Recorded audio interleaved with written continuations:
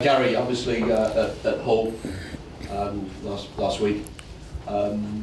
Difficult to go to the KC and come away with anything, but you must have been pleased with at least the first 30 minutes with Jack Montgomery sort of going close twice. Yeah, I think again there's fine margins in the game. I think we came across an excellent team that perhaps on the day were a little bit stronger and a little bit more powerful and just a bit more quality on the day, which you'd expect to go into an ex-Premier League side away from home.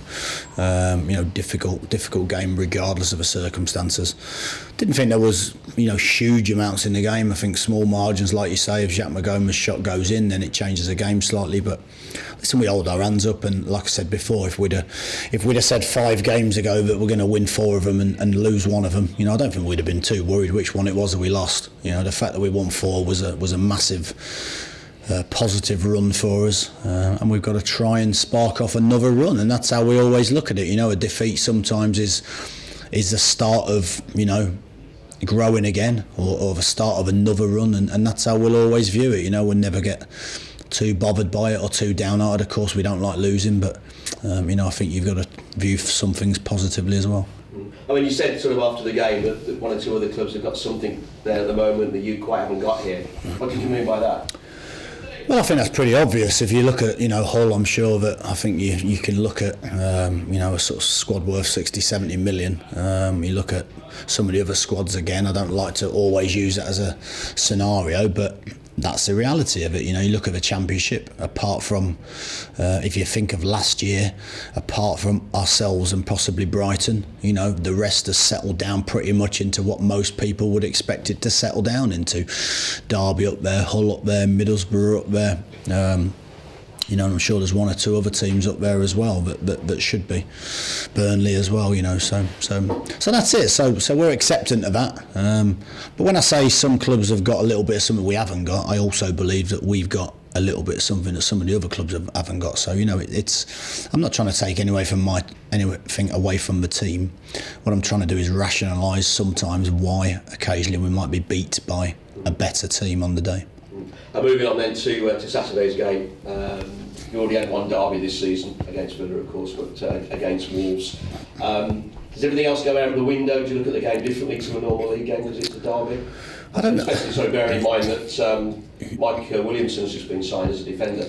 Yeah, I don't mean you look at things differently. I think you view the game, but alongside of that view, you have to always think of what might a derby game bring that a normal game won't bring. Like I said before, I don't think the derby games are the same as they were 20 years ago. We know that because of the natures of the laws of the game. But I think I would expect a little bit more frenetic opening start to the game.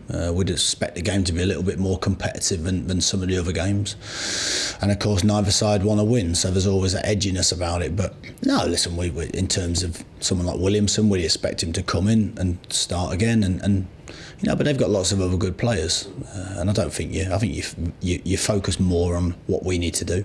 We're at home. It's up to us to make the run in for the game and attack, and we'll certainly try to do that.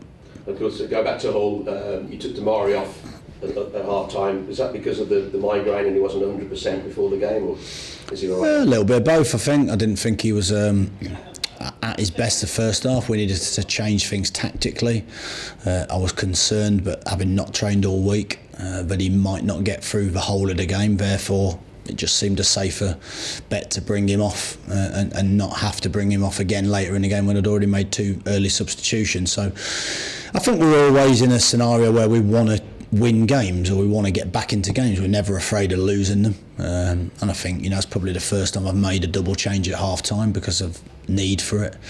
But that's what we'll do, and the players understand that. If I look back at the game now, possibly I could have left him on. But again, that's a decision we'll make, and he'll certainly be back available for Saturday's game. And Robbo, because he was injured in that game, is he going to be? Is he okay now? Yeah, he's trained this morning. Yeah. So again, that's going to be a decision I've got to make of which back 4 we play, because obviously we've got Neil Eardley back training as well. And that's what it's about. It's about competition for places, and that's going to be important. The goal, isn't it? He thinks he's a goal scoring centre half now. He keeps reminding me of that, but